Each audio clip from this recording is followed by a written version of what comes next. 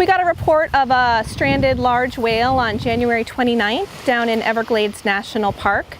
At the time, we saw some limited photos of the animal, and we suspected that it was potentially a Gulf of Mexico Brutus whale, which is a very rare stranding for our area. We wanted to secure the skeleton to go to the Smithsonian Museum to become the type specimen for the species.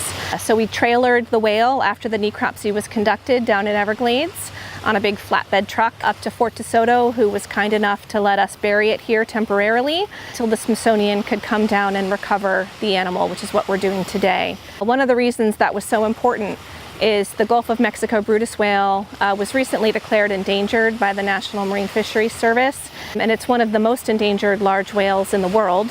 It's estimated that there's only about 33 whales left. It's also the only resident baleen whale to the Gulf of Mexico. I was the necropsy team lead for this Brutus whale stranding, and we conducted the necropsy in the Everglades National Park. We did discover in one of the stomach chambers that there was a sharp, hard piece of plastic. There was also associated tissue damage in those stomachs, ulcers, and hemorrhage. In addition to that, the whale was in a thin body condition and had signs that it had drowned. I think this animal does carry a great message, and I think the message is that we have to really look closely at our habits and our use of plastics, and to be very cautious about what we do with our environment. As you do that, try to drag it closer to the pit. You might want to, that might be good for him, Jess. That's a big chunk. Let's go. Oh, we're just going. Okay. On three. I did a quick one. 1, 2, 3. Nice job. Oh, I want to be a hooker.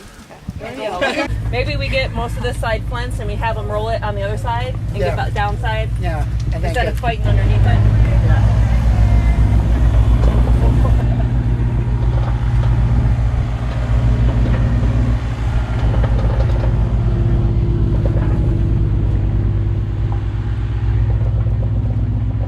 I think we just had to jump on this because, you know, I don't know that we were ever going to get another chance given the state of the population here. And it's just incredibly valuable. And I think everyone here today, we all realize that this is a really valuable specimen.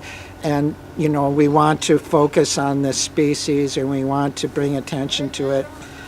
We're in awe of it. We're in awe of something that might be a new species on this planet and something that, you know, we think is just incredible.